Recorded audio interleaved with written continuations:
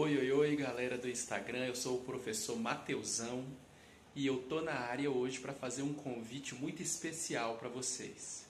Nós estamos iniciando um projeto através do qual nós vamos poder questionar algumas abordagens no estudo da história na preparação para o Enem que nós consideramos um pouco ineficazes.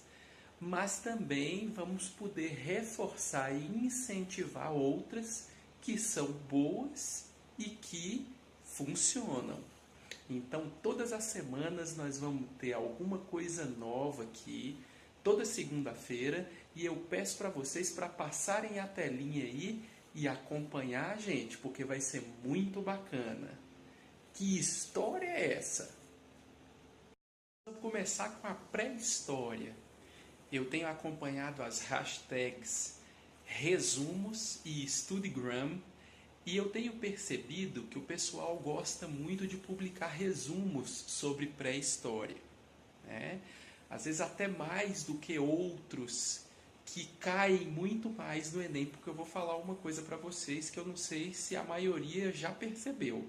De 2009 para cá não caiu absolutamente nenhuma questão de pré-história no Enem. Então eu fico me perguntando, por que a turma está fazendo tanto resumo e está focando tanto em estudar pré-história?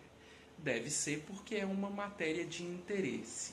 Então, beleza, podemos estudar, mas vamos saber como? É sobre isso que nós vamos falar um pouquinho aqui agora.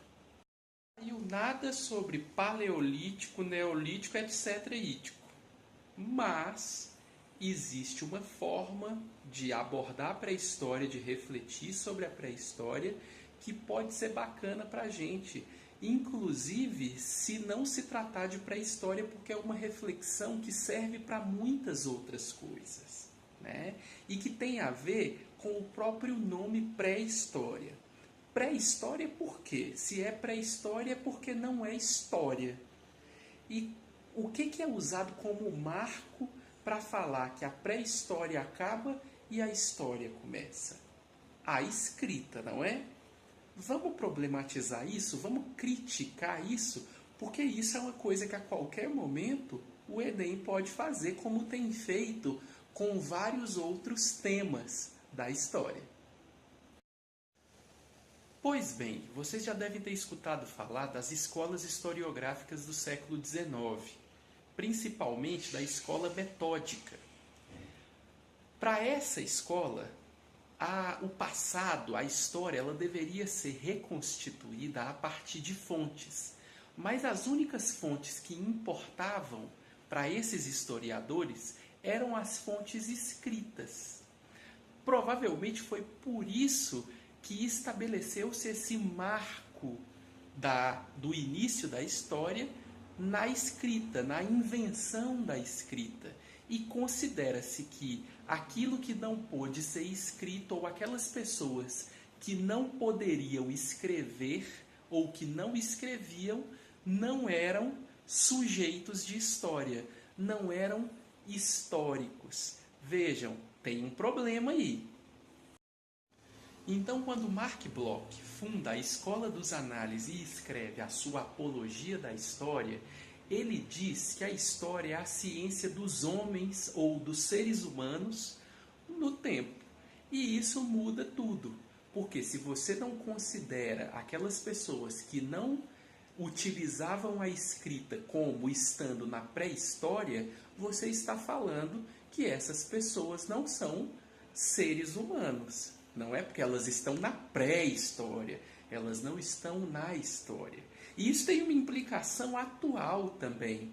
Quer dizer, então, que as pessoas que são analfabetas não são sujeitos da história? Olha que problema que esse conceito de pré-história ou de história a partir da escrita, olha o BO que isso traz para nós.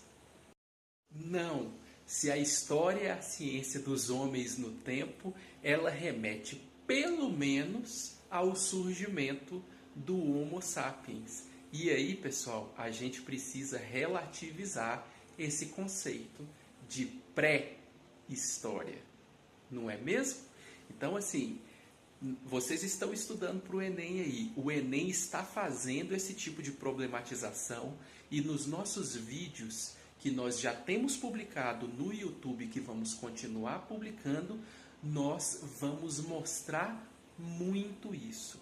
Então, se vocês gostam de estudar pré-história, continuem estudando, mas façam essa reflexão porque ela vai servir muito mais para a preparação de vocês do que ficar focado em estudar paleolítico, neolítico e etc. Ok?